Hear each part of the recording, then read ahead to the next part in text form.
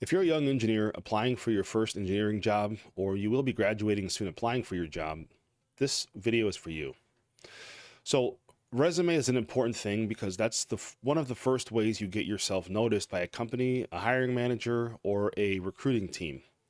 And I talked in another video about how to build your bullet points, but in this video, I want to remind you that you should be making a resume for every job you apply to.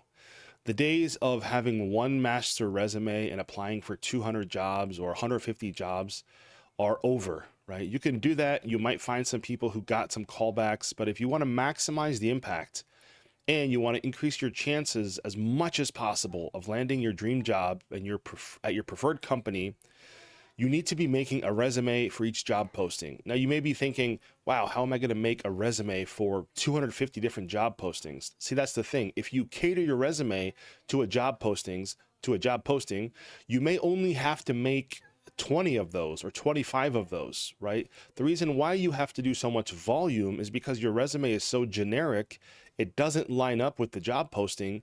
Therefore, it doesn't get seen by anybody or stand out of the pile. So, less is more. You don't have to apply to 250 to 500 positions with a generic resume.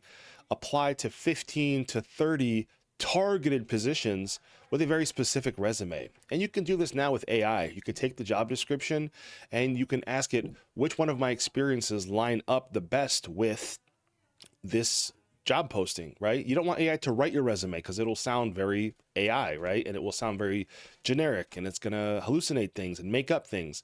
But you can use it to compare and to understand what the competencies that this job posting is probably looking for, what examples on my resume line up with that, right? And you can highlight those and focus on those and list those higher up on your resume. And the experiences and the bullet points that are not relevant, you can remove from your resume, right? So cater your resume to the job posting. Less is more. You won't have to use the old, spray and pray approach of applying to 1,000 jobs with a generic resume. So it's more work per job posting you apply to, but it's probably equal or less work overall because you aren't applying to an ungodly amount of job postings.